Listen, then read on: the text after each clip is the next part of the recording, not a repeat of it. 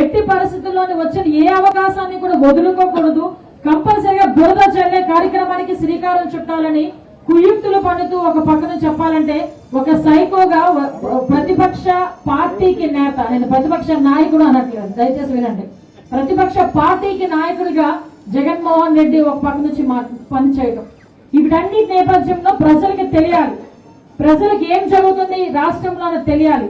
ఏ రకంగా ప్రజల్ని మభ్య పెట్టడానికి, అమాయకమైన ప్రజల్ని మభ్య పెట్టడానికి, అమాయకమైన దళితుల్ని రెచ్చగొట్టడానికి, అమాయకమైన దళితుల్ని రెచ్చగొట్టి వాళ్ళ ద్వారా వాళ్ళు కార్యక్రమాలు చేసుకోవడానికి ఎలా పన్నాగం పడుతున్నారని చెప్పడానికి ఈ రోజు మీ అందరి దగ్గరికి వచ్చాను. ఇన్సిడెంట్ జరిగిన వెంటనే నాకు ఫోన్ వచ్చింది, మేడం ఇక్కడ ధర్నా ప్లాన్ చేస్తున్నారు, దీన్ని స్టేట్ వైడ్ ఇష్యూ చేయడానికి చూస్తున్నారు.